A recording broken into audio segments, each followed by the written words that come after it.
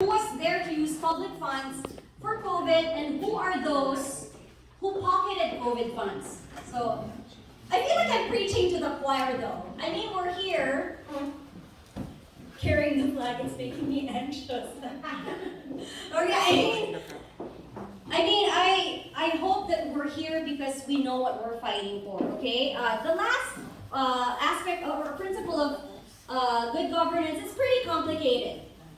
Hold on, let me correct that. It's not complicated, it's pretty complex.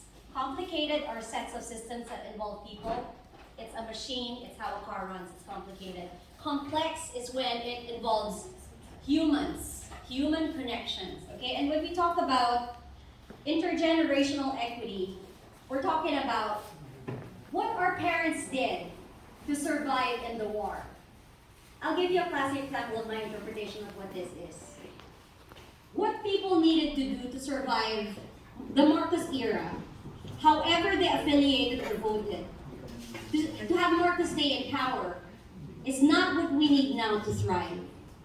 People may have aligned with the Marcoses before, because maybe there were threats to their family.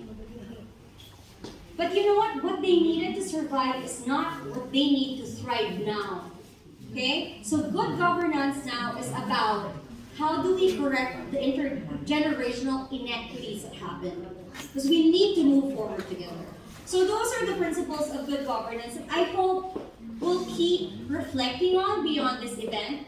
Because I feel like, for me personally, I want Lenny to win because for me, she espouses most, if not all of these principles. But you know what? What do we do if she loses? Keep working. Right? Let's think about that. How do we hold our leaders accountable? And I'm hoping that beyond this event, that is a question that we will ask ourselves. Because good governance is important. Good governance, sweetheart, is why I volunteer, even when I'm so tired driving you all to your activities, and parties. Because good governance is important. Electing a good president and leaders is important. With that, I would like to pass on the microphone to the culprit of this all, Dr. Cecile Ruther. Thanks for listening to my lecture. Nakaka-pressure ko mga flash na ko. I know. Teka muna, sandali. Diyan, okay. Hi, welcome. Hello. Thank you. Thank you everyone for coming.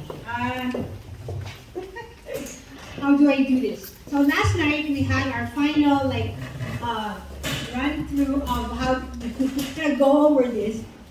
And then we realized there are some of you who don't speak Tagalog. So naloka ang duty ko at biglang pinagta-translate ang mga makatakong talumpati. So, kung pasensya. So, please be gracious to me because my brain is going back and forth between Tagalog and English. I can interpret. Ha? I can interpret. Oo naman. Hindi naman ako mag-English, kaya lang yung mga poetic ek-ek, hindi na-translate.